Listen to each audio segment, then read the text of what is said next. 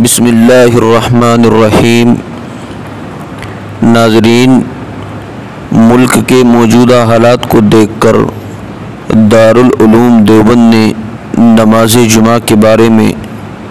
اپنا فتویٰ جاری کیا ہے، جس میں سوال کیا گیا ہے حضرت مفتیان کرام دارالافتاء دارالعلوم دیوبند، السلام علیکم ورحمۃ اللہ وبرکاتہ۔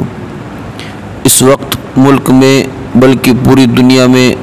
کرونا کی دوسری لہر آئی ہوئی ہے اور اس کے پیش نظر بھیڑ بھاڑ سے منع کیا جا رہا ہے۔ کل جمعہ بھی ہے، لہٰذا موجودہ صورتحال میں مسلمانوں کو جمعے کے سلسلے میں کیا کرنا چاہیے، اس سلسلے میں شرعی رہنمائی فرما کر ممنوع فرمائیں۔ الجواب باللہ توفیق۔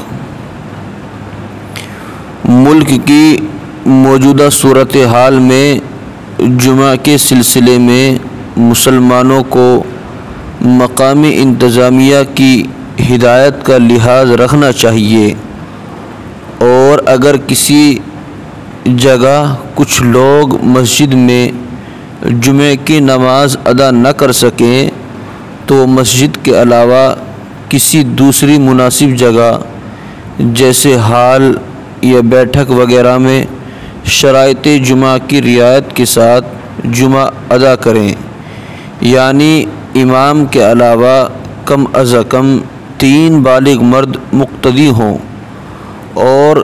کسی نمازی کو قانونی پابندی کے علاوہ کسی اور وجہ سے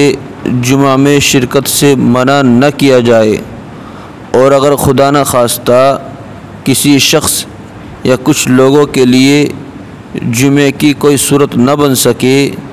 تو وہ ظہر کی نماز تنہا ادا کرے، جماعت نہ کریں فقط، واللہ اعلم۔